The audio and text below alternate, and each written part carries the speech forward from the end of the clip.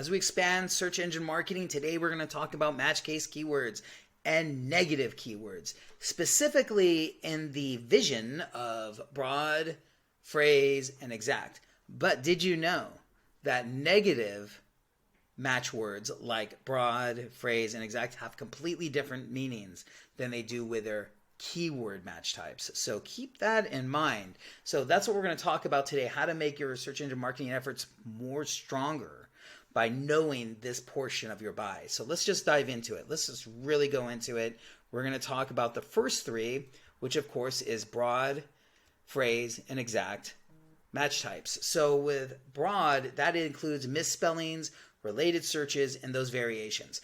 AI actually works in the space quite well, especially when you're talking about single theme ad group, single topic ad group, right? Because when you're using topics and you're using broad, the algorithm's searching for those keywords in the broader sense. So that if somebody finds a keyword that's in relationship to the keyword you're looking for, because you're using broad and topical or themed ad group, right? In terms of how you constructed the buy, not a SCAG, but a stag with a T, right? That's where AI works, right? So that's the optimal setup there.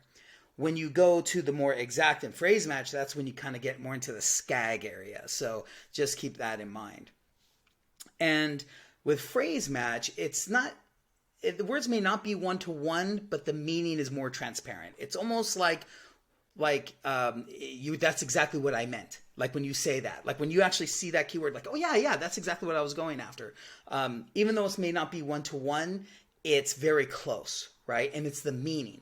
So with broad, it's it's almost like the relationship, like they're close enough, and they're cousins, right? But with phrase, it's like, yep, that's exactly the meaning I was going for. Exact is exact. So here we have three interesting examples, right? So we have the home decor, and then we have sectional. So they're kind of talking about the same thing. Home decor is, of course, like furnishings, all sorts of stuff. It can mean carpet, it can mean sectional couches, it can mean chairs, it can mean tables. So here in this sense, it's a leather sectional couch, right?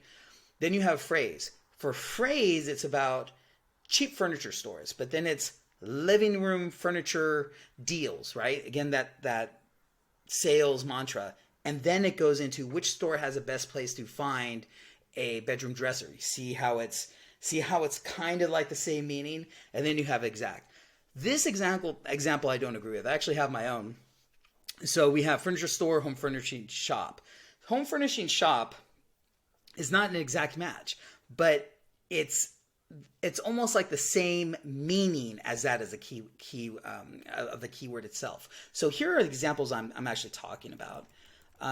So here we go. So we have Pep Boys Auto Shop, which is broad, and that's car maintenance services. So that's how you would use that, right? So car maintenance services, you're looking for the algorithm to find that stag for that keyword, and there you go.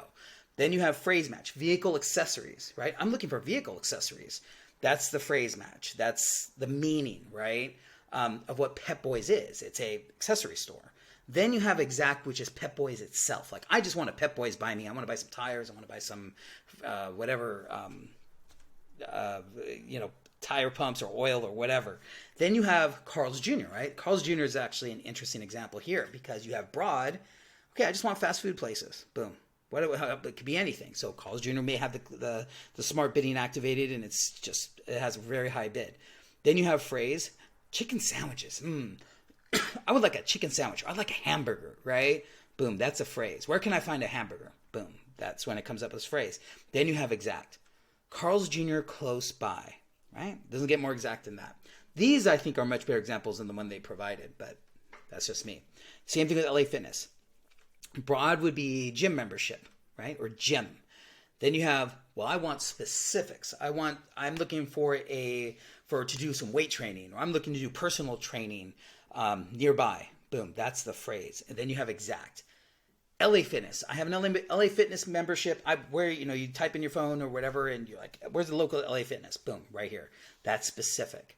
Now, when you look at this, right, it kind of makes sense, right? Like, okay, those are kind of, one's a little bit more looser, one's tighter, and one's exact, right?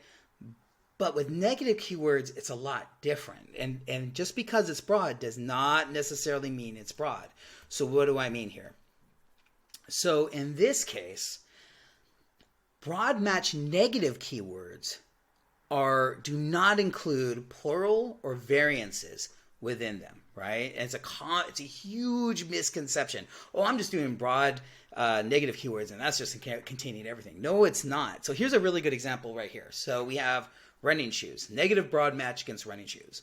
Well, let's say downhill running shoes, right? Or blue running shoes. That'll get blocked, right? Because that's broader. It includes that phrase. Now, if something's in the center of that keyword, so say it says blue running lace shoes, it won't show up either, right? So it has to be in that. It has to be together. So that's another thing about the broad. As long as something's before or after it, then it'll get blocked. So blue running shoes, downhill running shoes, block. Shoes running. So if the words are in different order but still next to each other, it'll still get blocked. And then you have running shoes, right? And so that area it actually operates more exact than you think. And then you go into, right? Then what's phrase? Because that sounded like a phrase to me. So with phrase, these will prevent your ads from showing if they have the exact phrase of the negative keyword. So what does that mean? So again, just blue running shoes, right? Or downhill running shoes, boom, it'll get blocked.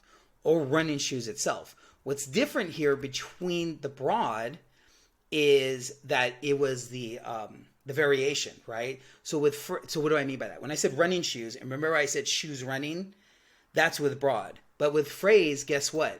Shoes running goes right through. So the only thing with phrase match that gets blocked is downhill or blue running shoes, right? An adjective in that description. And then the exact match of running shoes themselves, right? Because remember, we're all talking in the scheme of running shoes here. So I want to make sure I'm explaining this correctly. That's why, for my friends, that's why I included this Medium article here. Because I really want to make sure that please seek this out. Like, I have a Medium profile. This should probably be one of the top ones that I have. So please check it out. And that's why I make these. Because then you can have a cheat sheet on you that you can, show off to your boss or whatever, copy and paste and use it as your own, That's what I would do. And then you have exact. So with exact, it is pure 100% exact. It is running shoes, period. Every other variant will show up. So what sucks on this is it's only that people who enter running shoes, then it won't come up, right? But everything else does. So exact is exact. Broad, right? Let's talk about that again. Broad is the descriptor plus the term switched around, right? And then exact or whatever, running shoes. For broad or for phrase, it's everything but the switcheroo. It's the adjective plus the keywords, and then it's the keyword itself. And then with exact, it's just exact. So very interesting stuff. I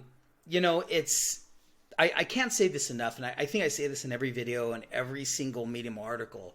When you're doing search terms and you're doing these search buys, your search engine marketing, pull the term report, right?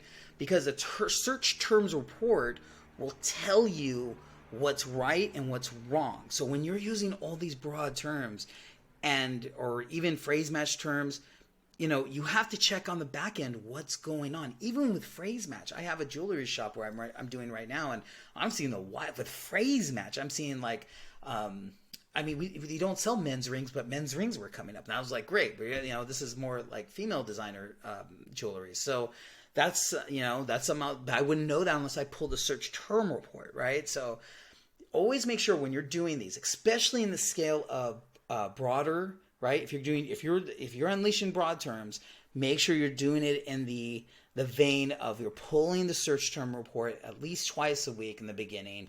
Make sure you're optimizing. Make sure your negative key words, those terms that you don't want. Because remember, the algorithm will just keep giving that frequency and those signals for clicks in the very beginning to get that person to purchase, right? Or you're doing click campaigns in the very beginning optimizing to conversions after you get 20 to 30 conversions in the first 30 days, right? So make sure you know what you're pulling those reports. Make sure and you don't have to pull it, man. Just look on the dashboard and just look at it and see what's coming up, really. It's really, it's shocking how a lot of people don't do that, or they just look at the keywords, but they don't look at the term reports. So guys, always remember to look at the search term report. So with all this different data and how we look at this, what are the different strategies? Well, the most basic is, I think we all know this, is start broad, narrow down, right? Conduct your experiment first. What keywords are popping at the top, and then slowly narrow down, right? Which, ad types, are you going too broad? Should you do more phrase? Do you need more exact? But again, what I tend to, my mantra is usually broad is broad, right? And that brings people into the funnel, brings some, sometimes some cheaper clicks. The phrase is actually when mid-funnel is very cool. That's actually where a lot of purchasers live. And then, undecided, I like to say. And then you have the bottom conversions. People are ready to go. Pep Boys, AMC movie theaters, right? Like, I'm ready. I have AMC movie theaters for this movie. Boom, I'm ready to go. So make sure you understand that, when you start beginning that's how a lot of people begin. They start with the broad and narrow down. I tend to just go for just straight into phrase because a lot of my clients are already mid-funnel. They kind of were not too broad. So just keep that in mind. Unless you're doing stag, right? And that goes into that scenario. Then we have broad match modifier. This is deprecated. This was deprecated in 2021. So if you ever hear that, that sometimes comes up, but that's no longer around. Now, this is very cool. Like I was talking about the phrase match mid-funnel purchasers. This is great because then you have people, you can do motorcycle reviews. You can do Italian restaurants by me. You see the pattern here, right? It's definitely people who are fence sitting, or they just need a little bit more persuasion, or they're looking for reviews, and then they see your restaurant or your particular shop. Mid-funnel is a great place to be in terms of if you're a local business. Then you have exact match. Think of exact match as precision. They already know who you are. I'm looking for Carl's Jr. in the area. I feel like Carl's Jr. I feel like Winter Central. I feel like, Hometown Buffet or whatever. So that's where that comes from. Also, that's one thing that a lot of people don't do, and I love sharing this one, is a negative preemption on cheap words. So, always, when you are selling something that's a high, kind of like a higher end product or something that's kind of expensive, always make sure there's always cheaper variances, right? Cheap motorcycles for sale versus you're selling new motorcycles, right? You don't want cheap in there. That thing's negative keyword matched, right? So cheap, bargain, pre-owned, all that stuff. You're selling brand new stuff, right? So if you're selling a vehicle or something that's kind of expensive. Now that I see a lot of these for handbags, actually, that's something where I see a lot of that lately. So, and I only see that because I work in a lot of fashion stuff. So keep that in mind. Negative preemption on the cheap keywords, cheap, bargain, etc. And then what I love about, remember we just talked about it with negative keywords, it's very specific now. So, broad is not necessarily broad, right? Like we were talking about, it's a lot more specific. Negative locations. Oh, I love this one. Now, if you followed my previous video where we talked about locations, there is a dynamic keyword insertion tool that does keyword insertions, but it also does countdown. The third one it does is locations itself. So when you're looking, so say you're a pizzeria in downtown or Los Angeles, right? Just for some reason, you want to exclude Hollywood. You wanted to exclude it. So you do the exclusion on locations.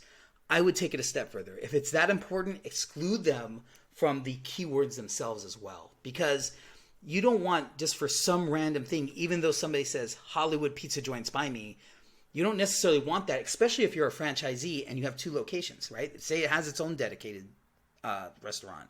Now, I don't know a restaurant that one single restaurant, I imagine they want to own the whole territory, but just say, for instance, you're two different franchisees, or there's a situation where you have different locations. You want to block, right? You include the exclusion within the location, right? But then you exclude them from the actual keywords themselves, right? So negative keyword target that location or the locations you're talking about. Because remember, some people use the dynamic keyword insertion tool for locations themselves. So you want, even though that's based on locations, you still, as a best practice, want to exclude them. So people with very sensitive location clients should definitely get into this and make sure that's being used. Stay new. This actually goes into the thread cheap keywords. So make sure, again, that when you're selling newer products, remove used, remove secondhand, furbished, reupholstered, pre-owned, all this stuff. And then also, like we were talking about, misspellings are not included within broad negative keyword match, right? So you have to include those misspellings in there as well. So say if you have, you don't offer certain services. I would actually go a step further. If you're going to negatively target those services, negatively target the variances as well. And you can always use like an AI model to actually say, hey, give me the most common variances for this misspelling of this keyword for this service, and you can make sure you get that. So that's actually about it, my friends. So as mentioned, we have the Medium articles. We also have our Instagram up. We also have a podcast where I take all my vlogs and I download them and I put them for distribution across Spotify, Amazon Music, YouTube podcast, and I believe it's countless. It's actually like about 10 different podcast platforms. So that's awesome. So thank you for your attendance. And, if you have any questions or something I'm not covering, please let me know. Thank you very much.